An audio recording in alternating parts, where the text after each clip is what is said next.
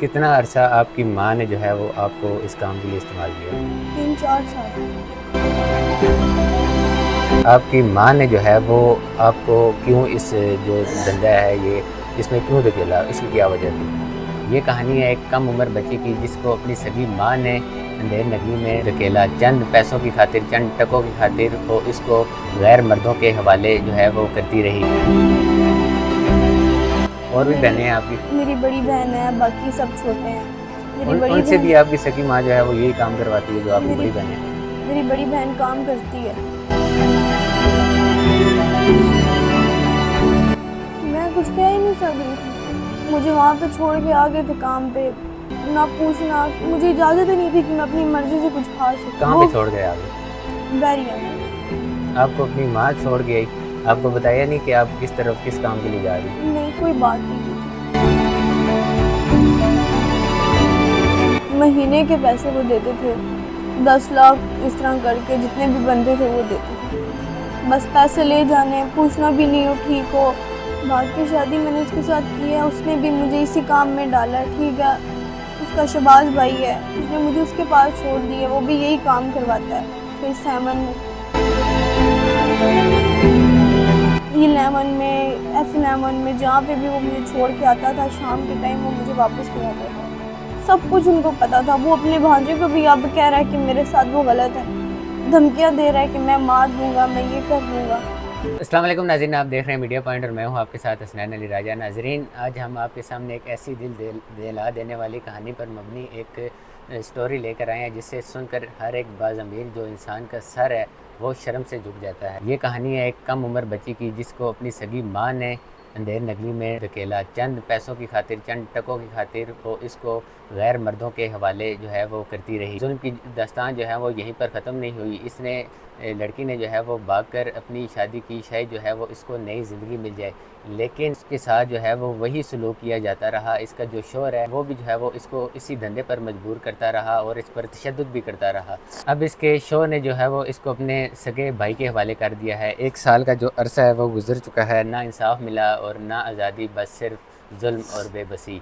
इस हवाले से इसकी जो कहानी है वो हम इसी की ज़ुबानी सुनेंगे और सवाल करेंगे इदारों से कि कब तक हमारी जो बहनें बेटियां हैं वो इस तरह जुल्म और तशद्दुद का शिकार होती रही। सबसे पहले मुझे आप जो है वो अपना नाम बताइएगा और बताइए अपनी जो कहानी है वो आप अपनी ज़ुबानी सुनाइएगा।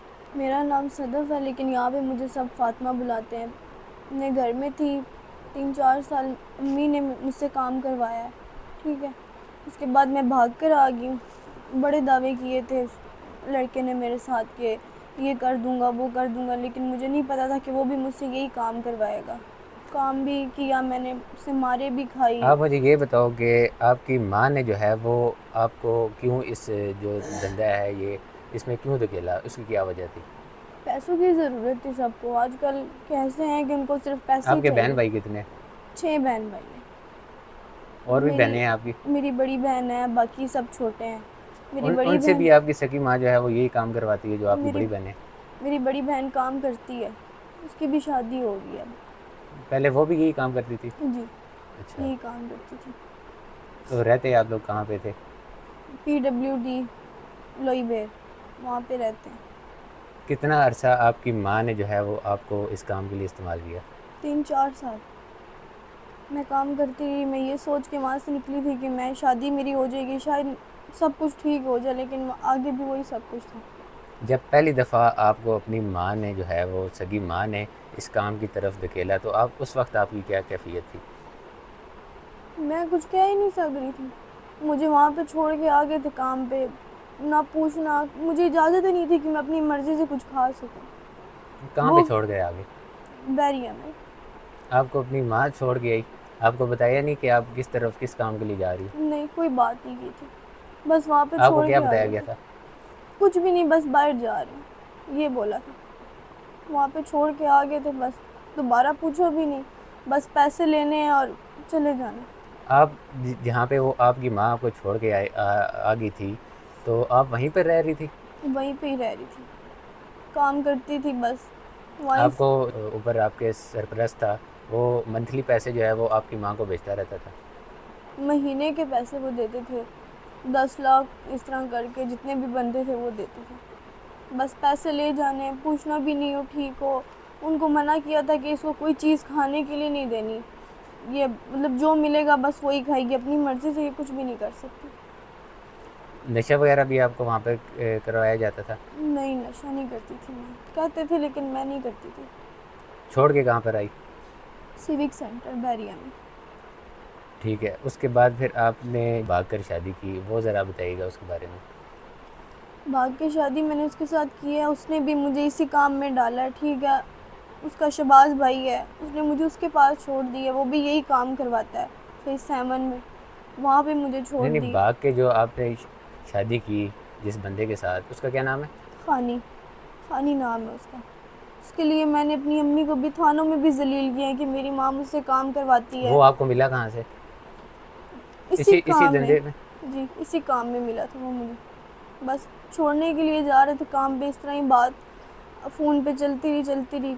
इस तरह फिर बड़े वादे किए थे इसने मेरे साथ के तुम आ जाओ, ये हो जाएगा वो हो जाएगा। मुझे नहीं पता था कि ये मुझसे यही काम करवाना चाहता है। शादी कब हुई आपकी? शादी को भी मुहर्रम में 1 साल हो जाएगा। 1 साल हो जाएगा मुहर्रम में। तो आपका शोर जो है वो 2 महीने कब से जो है वो आपका शोर इस्तेमाल आपको कर रहा है?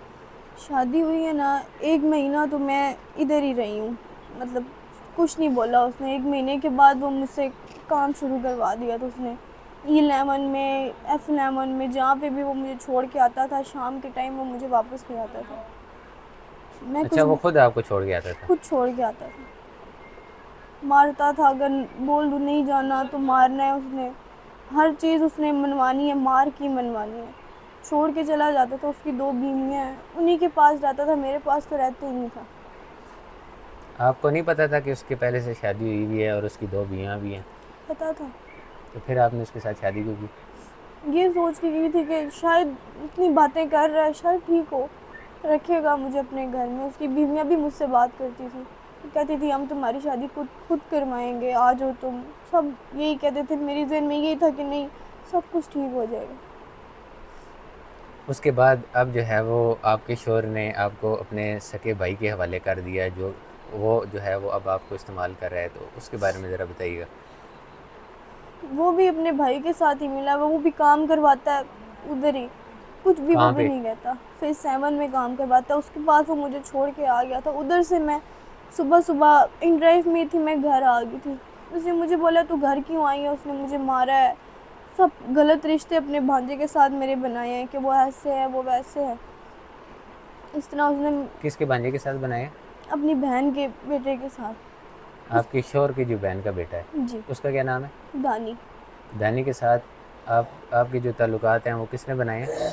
मेरे शोहर ने बनाया। तो उसकी सिर्फ यही मेरी गलती है कि मैंने उसे कहा मेरे घर का आके ताला तोड़ दो, मेरी चाबी मैं वो काम वाली जगह पे छोड़ आई थी क्योंकि मैं जल्दी में निकली थी, वो मुझे नहीं अच्छा, आने आप दे वहाँ रहे से थे। भाग कर आई यहाँ पर, और आपने चाबी जो है वो अपने घर की वो आप वहीं पे छोड़ आई, वहीं पे छोड़ा। और आपका जो आपकी शोहर का जो भांजा है वो आपको यहाँ पर मिला, जी, और आपने उसको बोला कि मेरे घर का ताला तोड़ दो। तोड़ दो। ठीक है, उसके बाद बताइएगा। उसके बाद कुछ भी नहीं खाया था, वो खाना वगैरह लेके आए हैं, ठीक है। मैंने उसे बहुत गाली की है कि शायद फ़ोन उठा ले, मुझे चाबी दे दे, उसने मेरा फ़ोन नहीं उठाया। दरवाज़ा बजा है, मैंने नहीं बोला दरवाज़ा नहीं खोलना, उसके मांझी ने बोला है मामू आया है, मैंने दरवाज़ा खोलना है। उस दरवाज़ा खोलते सारी वो मुझे मारने लग गया, कोई जवाब भी नहीं उसने मुझे दिया कि मैं बोल सकूं, बस मारने लग गया। उसके मांझी ने बचाया कि ना मारो। उसने उसके साथ मेरा गलत रिश्ता बना दिया, मेरे भाई थे उनके साथ भी मेरा गलत रिश्ता बना दिया उसने। आपके सगे भाई थे? सके भाई नहीं थे, हम्म। कोई बदतमीज़ी करता था, वो मेरे साथ होते थे, खाना भी मुझे अपने घर से ला के देते थे। मुझे मैंने इसे बोला मैंने काम पे नहीं जाना, इसने मुझे अकेला छोड़ दिया कि उसको कैसे पता लगा आपके शोहर को कि आप भाग के यहाँ पर आ गई हैं?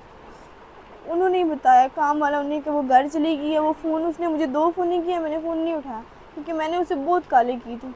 मुझे गुस्सा था, मैंने कहा जब मैं फ़ोन करती हूँ ये नहीं उठाता तो मैं क्यों उठा लूँ।